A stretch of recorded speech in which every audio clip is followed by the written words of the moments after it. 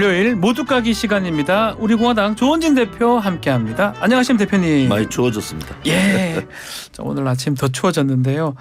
자, 혁신위 활동 기한 원래는 이번 달 24일까지인데 글쎄요, 지금 좀 해체 수순을 밟고 있는 거 아니냐 이런 관측이 나오고 있습니다. 김기현 대표가 좀 종료하는 것도 시사를 했습니다.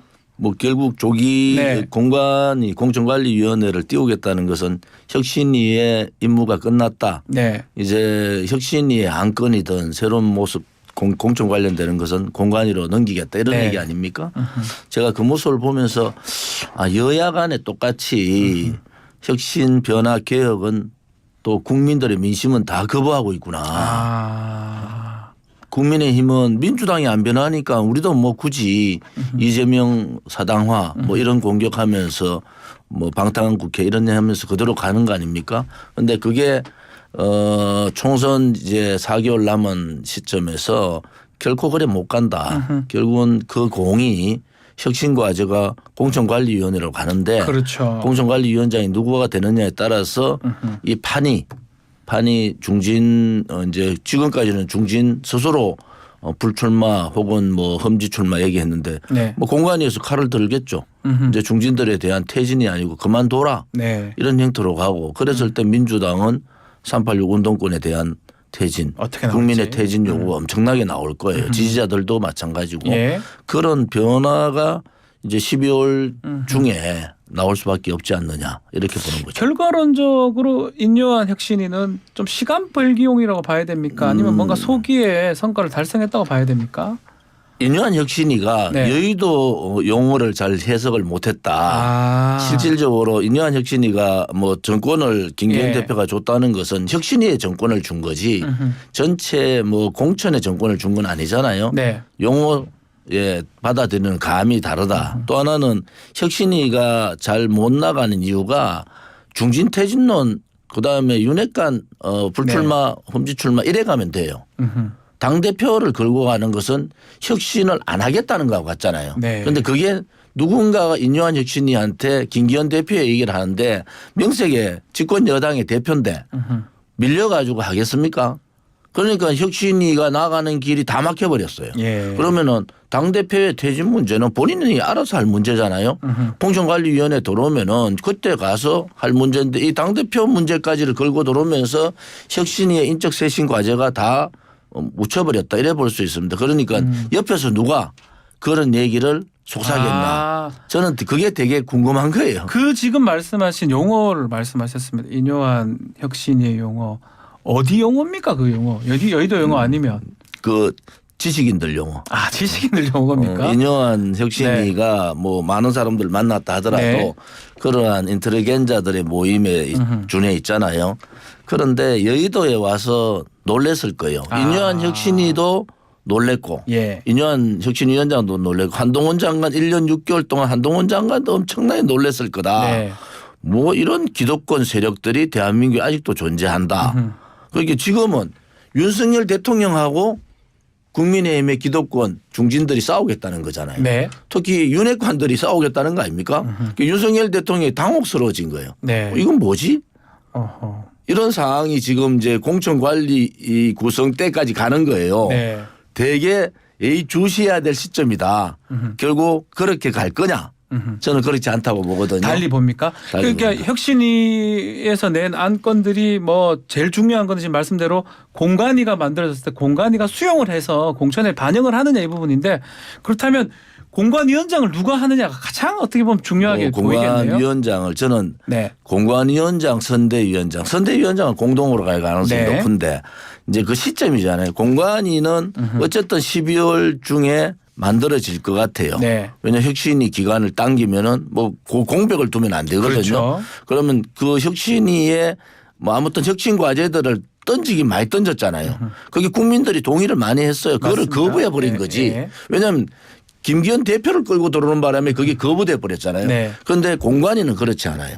역대 공관위원장 성공한 공관위원장은 가장 대통령과 가까운 또 국민들로부터 멀어져 있는 중진들을 쳐냅니다.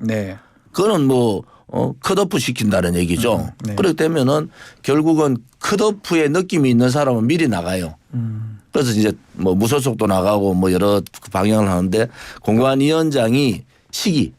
자, 공관위가 구성하는 시기하고 선대위가 구성하는 시기. 거기에는 한동훈과 그 이제 저 누굽니까?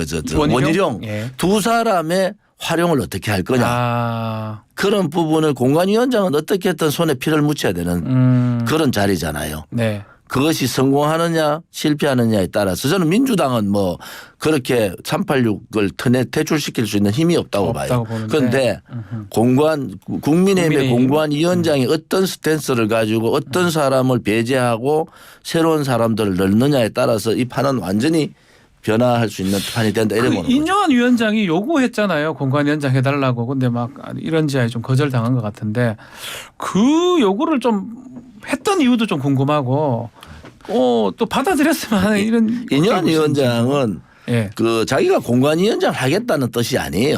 사실은 인요한 위원장은 내가 이런 특징 과제를 던졌으니까 예.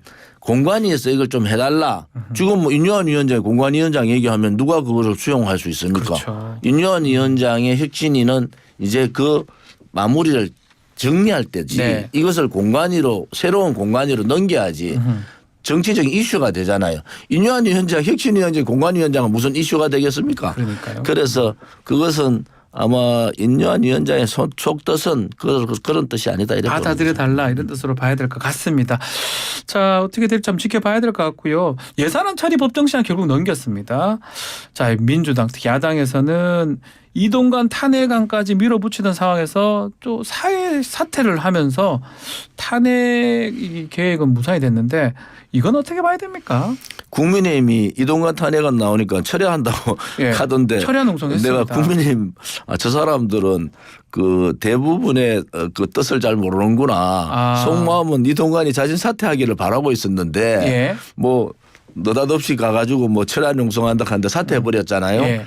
그것은 이동관 방통위원장이 스스로 사퇴하는 그림으로 가는 구도였다. 처음부터 그랬습니까? 탄핵이 나오면은 여기는 그런 시점들을 국민의힘이 알면서 했을 수도 있고 뭐 아니면 모르고 그렇게 처리하러 갔을 수도 있다. 그런데 뭐 민주당이 당황스럽잖아요.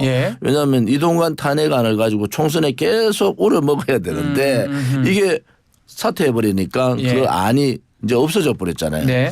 그래서 이제 다음에 이제 방통위원장이 누구가 되느냐에 따라서 어떤 구도로 갈 거냐 짜지는데 저는 사실은 좌우로 딱 갈라져 있는 언론 방송은 안 된다고 보는 사람이에요. 뭔가 이 구도를 어떻게 깰 거냐라는 것은 정부, 야당 또 여당의 책임이 크다. 이런 구도들을 시스템화하는 것이 좋겠다 이런 생각을 갖고 있는 사람입니다. 정권 바뀌면 계속 이런 일이 논쟁들이 벌어지는 자체가 슬픈 현실이다 이래 봅니다.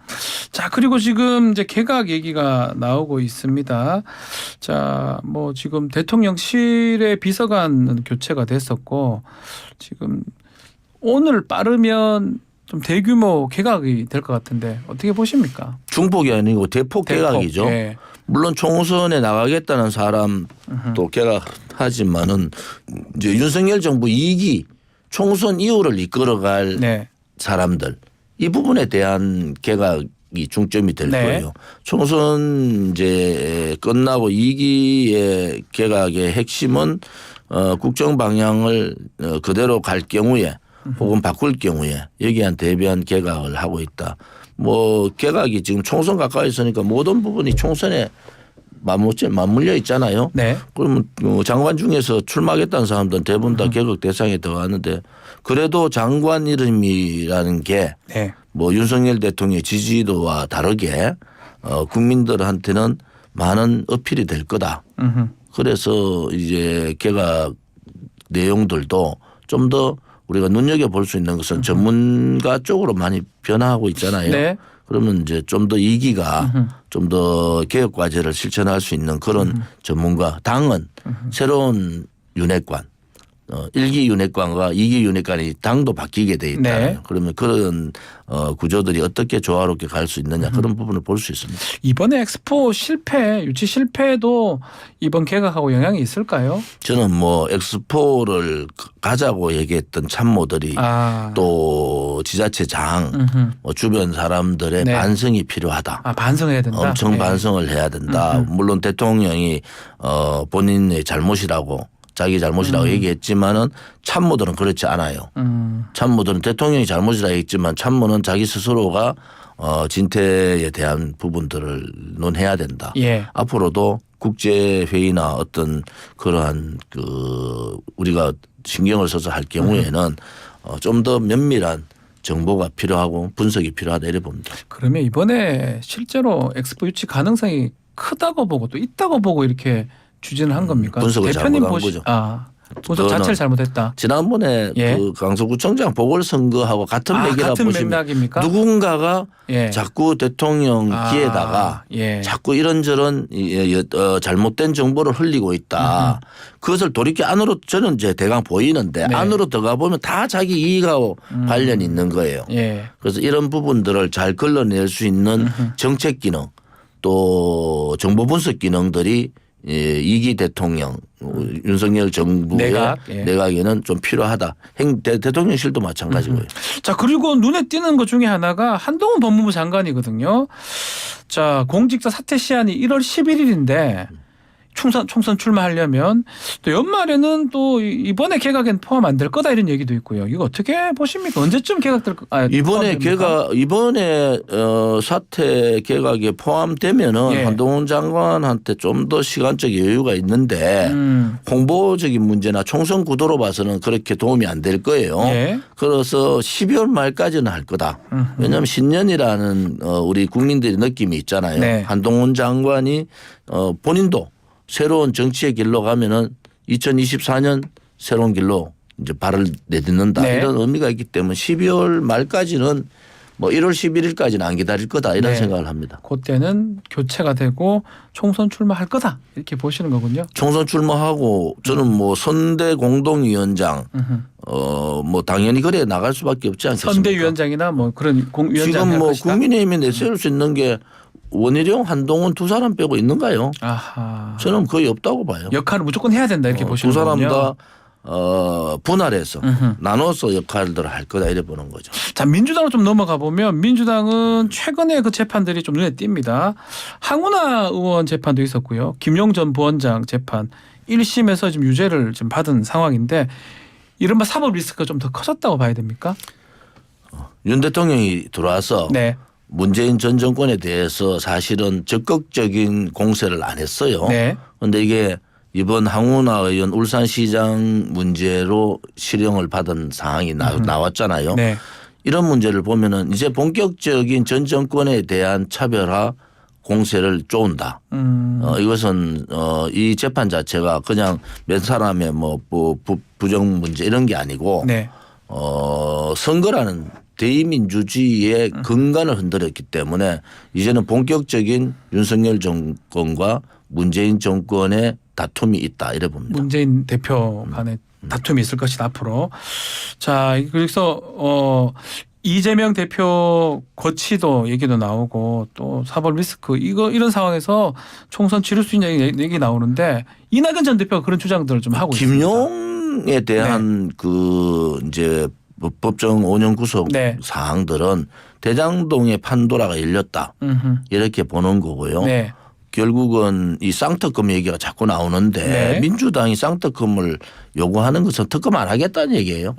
결국은 대장동하고 뭐 김기현이 여서 일가의 특검을 분리를 해야지 되는데 네. 두 개를 같이 묶고 가는 것은 결국은 거부권 행사를 해라. 그것을 정치적으로 총선에서 이용하겠다는 거 아닙니까? 네. 뭐 국정감사도 마찬가지고 최상병에 대한 국정조사. 그래서 그런 부분으로 봐서는 민주당도 두 가지의 특검을 안 하겠다라는 쌍특검. 의도가 있다. 아하. 왜냐하면 이걸 분리하지 않고 같이 넣어가지고 가는 거 쌍특검 자체가 저는 잘못됐다고 보는 거죠. 50억 클럽에 대한 특검은 분리해서 가야 되는 거죠. 그래서 서로가 50억 클럽을 하기 싫은 거야. 그러면 정치적으로 이렇게 쌍특검 합쳐서 가는 거고 이 거부권 행사를 예상하고 이렇게 추진하는 거다. 이렇게 당연하죠. 지금 거부권을 뭐 행사해야 되냐 말아야 되냐 네. 이런 부분들은 이미 거부권 행사한다는 전제가 깔려 있잖아요. 네. 그래서 크게 영향이 없어요. 그러면 또 당연히 이게 뭐 시간상으로는 패스트트랙 걸려 있기 때문에 본회의 부의가 된다면 대통령한테 갈 거고 제2요구권 될 거다 이렇게 보시는 거군요. 당연한 겁니다. 그건. 예. 왜냐하면 이 총선이 없으면은 여러 가지 네. 고민들을 할 텐데 민주당이 총선이 없으면 쌍특검을 두 개가 동시에 들고 나오지는 않았을 거예요. 총선이 있으니까 정정으로 민주당이 손해볼 게 없다 이래 보는 거고요. 예. 아까 이낙연 대표의 지금 동향을 보면은 이낙연 대표 김종인 전 위원장이 네. 만났잖아요. 그렇습니다. 두 분이 시간이 많이 남아서 뭐 그냥 덕담하려고 만난 건 아니다. 네. 지금 이낙연 대표의 이 말의 강도라든지 여러 가지가 이준석 신당하고 서로 간에 간을 보고 있다. 네. 제가 그전에 얘기했다시피 민주당이 호남을 어떻게 끌고 갈 거냐 안 그러면 새로운 신당이 호남을 엎을 거냐라는 문제가 굉장히 중요하잖아요. 거기에 호남에서 지지를 얻고 있는 또 MZ세대 지지를 얻고 있는 이준석이라는 신당이 나온단 말이에요. 그래 됐을 때 결국은 대구 경북에서 이준석의 행위는 페이크였다. 요즘 어제인가 뭐 그 얘기 했다고 제가 그랬잖아요. 이거 대구 경북이 아무 의미 없는 일을 하고 있다 이랬는데 네. 결국은 지금 민주당 내의 비명계들의 공천 탈락은 거의 불보듯이 하단 말이에요. 그러면 가만히 앉아서 죽겠습니까? 정치하는 사람들이. 네. 아무튼 그러한 모색을 하다 보니까 이준석 신당과 이낙연 새로운 신당에 불고. 왜냐하면은 이준석 대표가 생각하는 전 대표가 생각하는 딱 두 가지예요. 하나는 본인이 독자적으로 해서 비례정당을 만들어서 비례대표를 얼마나 갈 거냐 이거를 갈 거냐. 네. 그렇지 않으면은 호남을 또 비명계를 반윤 반명계를 모아서 빅텐트를 칠 거냐. 요 두 가지 방향이잖아요. 네. 그것이 오래 안 걸릴 것 같아요. 금방 될. 이제 뭐 공천 과정에 들어가기 전에 컷오프가 나오고 막 시작하면은 이준석 대표가 얘기하는 그 국민의힘의 많은 의원들의 동의는 컷오프 대상자들. 네. 컷오프 대상자들은 갈길 특히 영남에서는 무소속 가든 뭐 신당을 신당 가든. 네. 그렇지 않으면 수도권에서는 무소속 가서는 힘드니까 신당을 가든. 네. 뭐 그런 여러 가지 상황들을 복합적으로 보면은 국민의힘이 이준석 신당이 힘을 실어줄 가능성이 있다. 이준석 신당이 저는 10명 이상은 현직 국회의원이 가는데 그래서 작은 문제 해결되죠. 네. 나름대로 이제 그 어려운 선거 과정들은 해결이 돼요. 단지 하나 성명성 가치가 더 힘들어지는 눈에 거 안 아니냐. 띄겠네요. 그게. 예. 알겠습니다. 시간이 다 돼서 오늘 말씀 여기까지 듣겠습니다. 조원진 우리 공화당 대표와 함께했습니다. 감사합니다.